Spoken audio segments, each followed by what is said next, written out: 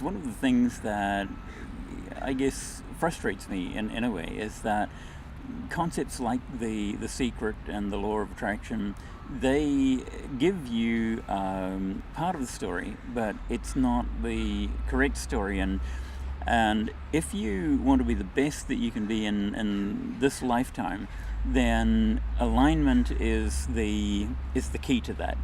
So what I'm talking about here is something that people can actually experience at a physical level. If I get you to hold your hand up like this, for example, and hold that arm as rigidly as possible, you'll find that I can move that around all over the place. You've got no strength at all. If I if I straighten the arm out, now you'll find that your strength has increased incredibly. And if I move it out to the side, it increases again. If I move it up at the top and I drive downwards, you'll find it's increased again. Every one of those alignments, because that's all I'm doing, is increasing your personal power measurably at a tremendous rate. So, as I said, when I held your arm here, your wrist was aligned with your elbow only. When I put it out here, it was aligned with elbow and shoulder. Out here, it's aligned with shoulder and the other shoulder as well. And when you put it up, of course, and come down, you're aligned with your whole body. And it's like running into a brick wall then. And so it is with life. If we look at what would our lives be if we could be truly aligned physically, mentally, emotionally, and if you want to take it to the next level, spiritually as well, if we were truly aligned, what would we be doing in our lives? And things like the law of attraction, as they call it, well, what bothers me there is that it's not truly aligned, because a law is something that there is no deviation from.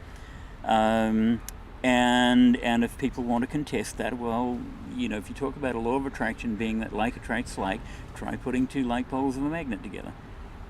They oppose religiously. And so, it's it's not a law at all. It's a concept, but it's not a law. And where that concept comes from is, again, a misalignment or a misunderstanding of what energy really is about. When you act in a certain way, you tend to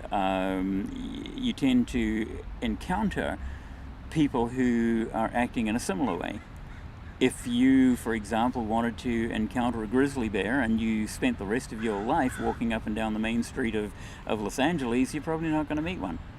But if you go into the hills where the grizzly bears live, into the Yellowstone Park, now the chances are great. Doesn't mean you're going to meet one, but it certainly does increase your chances. And that's how all of this positive energy stuff works. It's there. Everything is here in the moment, but it's what we tune to, it's where we place ourselves. That's what determines what really comes out of life. So that's what bothers me with the secret. With the secret, it's all about positive visualization, which does work. There's no question about that. But it's not able to do anything on its own. Positive visualization only creates an opportunity. It doesn't actually make anything happen. And so you could lie in your bed and visualize yourself luxuriating on a tropical island somewhere for the rest of your life, but it's not going to happen. You've got to get out and do something. And I have a little formula that I call my success formula, and this works no matter what you call success. If you want to be a success, it's called, I call it DOBD, D-O-B-D. You have to have the desire. It starts with desire. Desire is the motivation. It's what will carry you over the bumps and the obstacles that you are going to encounter in this lifetime. And the strength of the desire is what will determine how big an obstacle you're able to get over. So desire is where it starts. Then you can have all the desire in the world, but if you haven't got an opportunity to put that desire to work, then it's going to fizzle. It's not going to go anywhere. So you've got your desire, you've got your opportunity. There's another thing that comes in. You've got to have belief. If you don't believe either that the opportunity is real or that you are good enough to make that opportunity real for you, once again, it isn't going to happen. But you can have desire, you can have opportunity, and you can have all the belief in the world, and still nothing's going to happen until you add the final D, which is do. You've got to do something. So have your desire, create positive reflections around that, and recognize the opportunities that are in front of all of us, if only we have the eyes to see, and believe that you can do it, and then go and actually prove that, actually do something. And it's that simple. And so when you take a concept like The Secret, of positive visualization, and you turn it into a book, quite often you lose the plot in the process. And it ends up being a thing that other people can do and you can't. And I don't ever want to be involved in anything like that. I want people to know that whatever it is that I teach, they feel themselves being able to do it. There's nothing in the way that I teach that suggests to a person that, yeah, Tom can do it, but I couldn't. That's guru stuff. And, it's a process. It's a